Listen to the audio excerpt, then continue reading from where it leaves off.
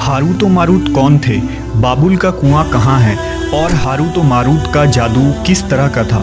ये वो पुरअसरार सवालात हैं जिनके जवाब तो बहुत हैं और लिखने वालों ने भी बहुत कुछ लिखा है, लेकिन उन किस्से कहानियों में हकीकत को तलाश करना गहरे समुंदर से मोतियां निकालने के बराबर है। हारूत व मारूत के मुताल्लिक बुनियादी तौर पर दो तरह की रवायतें मिलती हैं, एक वो जो कुरान व हदीस और ताबईन के अक़वाल में मौजूद है और दूसरी वो जो तौरेत व इंजील और इसराइली रवायतों में आती है, जबकि उन इसराइली रवायतों को बेशतर उलमा और मुवर्रिखीन ने तायीद की है। इस वीडियो में हम उन दोनों तरह की रवायतों और वाक़यात को मुकम्मल पेश करेंगे।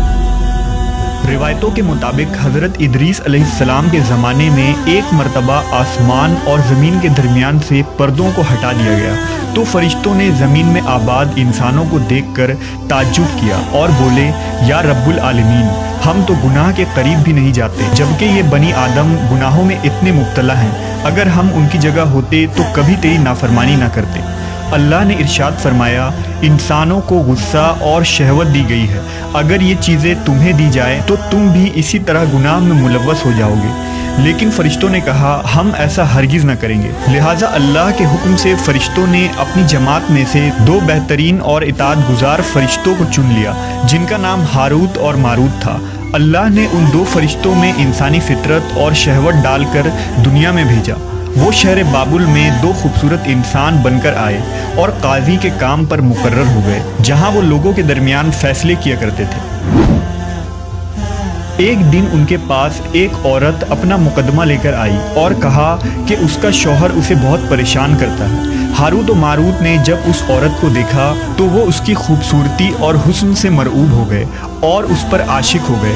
उन्होंने उस औरत से जिना की ख्वाहिश की, तो औरत ने उनसे कहा, तुम्हारी ये ख्वाहिश मैं तभी पूरी करूंगी जब तुम बुत की पूजा करो, शराब पियो या मेरे खाविंद को कत्ल कर दो। हारूत व मारूत ने शराब नोशी को छोटा गुनाह समझकर पी लिया और नशे की मस्ती में दो और कबीरा गुनाह कर बैठे। उस औरत ने उनसे आसमान पर चढ़ने का अमल भी सीख लिया, जिसके जरिया वो आसमान पर जाते थे। जब औरत इस अमल के जरिया आसमान पर गई तो अल्लाह के हुक्म से उसे सितारे की शक्ल में मस्क कर दिया गया।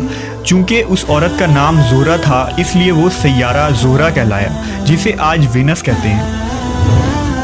इस गुनाह की वजह से हारूत व मारूत खुद वो इसमें आज़म भूल गए जिसे पढ़कर वो आसमान पर जाते थे, और बतौर सज़ा उन्हें बाबुल के एक कुएं में उल्टा लटका दिया गया, जहां वो ता क़यामत यूं ही कैद रहेंगे।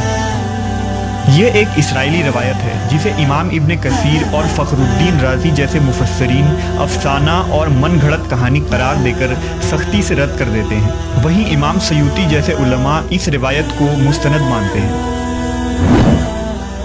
हारूत व मारूत और चाहे बाबुल के सिलसिले में एक और रिवायत कसरत से बयान की जाती है, जिसके मुताबिक एक ज़माना ऐसा था जब शहर बाबुल रुए ज़मीन पर तहजीब व तमद्दुन का मरकज़ था। यहाँ के लोग बातिल खुदा की परस्तिश किया करते थे। ये लोग अपनी किस्मत उनसे वाबस्ता समझते थे, इसलिए इल्म नजूम और इल्म फल्कियात में बड़े माहिर थे। उनके बुत कदों में सितारों की पूजा की जाती थी। ये लोग जादू, तंत्र मंत्र, सिफली को बहुत अहमियत देते और इस इल्म के ज़रिया मुआशरे में खूब फसाद फैलाते थे। ये लोग तिलिस्म, जादू, तंत्र मंत्र में बहुत आगे बढ़ गए। उनमें बड़े बड़े जादूगर मौजूद थे। उनकी तारीखी किताबों में जगह जगह जादू और तंत्र मंत्र ही नज़र आता है। उनका जादू दूर दूर तक मशहूर था। मुख्तसर ये कि उस शहर का बाशिंदा होना ही जादूगर होने की अलामत थी।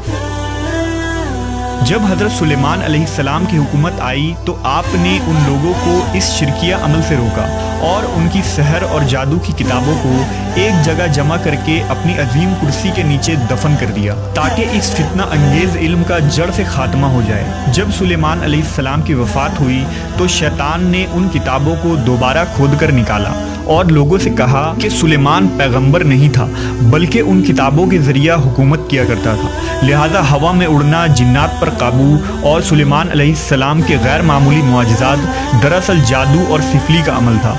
बनी इसराइल ने उसकी पैरवी की और उन किताबों को पढ़ना शुरू कर दिया। लिहाजा दोबारा ये शर अंगेज़ इल्म इस कौम में सुरायत कर गई। अल्लाह ने सुलेमान अलैहिस्सलाम पर लगाए गए इल्ज़ाम और तुहमत की नफ़ी करते हुए सूरह बकरा में फरमाया है, اور انہوں نے اس چیز کی پیروی کی جو شیطان سلیمان کی بادشاہت کے وقت پڑھتے تھے، اور سلیمان نے کفر نہیں کیا تھا لیکن شیطانوں نے ہی کفر کیا۔ لوگوں کو جادو سکھاتے تھے، اور اس چیز کی بھی جو شہر بابل میں ہاروت و ماروت 2 فرشتوں پر اتارا گیا تھا، اور وہ کسی کو نہ سکھاتے تھے جب تک یہ نہ کہہ دیتے کہ ہم تو صرف آزمائش کے لیے ہیں، تو کافر نہ بن۔ لہذا جب یہ سحر کا علم بابل میں عام ہو گیا اور لوگوں کی تکلیف اور پریشانی کا باعث بن گیا، تو اللہ نے 2 فرشتوں کو انسانی صورت میں مامور کیا کہ وہ جادو کے عوامل اور اسے باطل کرنے کا طریقہ لوگوں کو سکھائیں، تاکہ وہ جادوگروں کے فساد اور شر سے محفوظ رہ سکے۔ لیکن یہ تعلیمات غلط مقصد کے لیے بھی استعمال ہو سکتی تھی، حالانکہ وہ فرشتے لوگوں کو تنبیہ کرتے تھے اور ان کے لیے صراحتاً کہتے تھے کہ یہ تمہارے لیے ایک طرح کی آزمائش ہے، لیکن پھر بھی وہ لوگ ایسے کاموں میں پڑ گئے جو انسانوں کے لیے ضرر اور نقصان کا باعث تھا۔ بعض عربی داستانوں میں اس کنویں کا ذکر بھی ملتا ہے جہاں کئی لوگ پہنچے اور ہاروت و ماروت سے ملاقات کر کے جادو کا علم بھی سیکھا، جبکہ بعض مورخین کا کہنا ہے کہ عراق کے شہر حلہ کے قریب ایک کھنڈر میں موجود قدیم کنواں ہے جہاں سے بابل کی سرحد شروع ہوتی تھی۔ یہ اس کنویں کو ہی چاہ بابل قرار دیتے ہیں۔ بہرحال اس واقعے سے یہ سبق ملتا ہے کہ سفلی اور جادو ایک شرکیہ عمل ہے، مگر یہ کہ اس کا استعمال فساد اور شر پسندی کے خاتمے کے لیے کیا جائے۔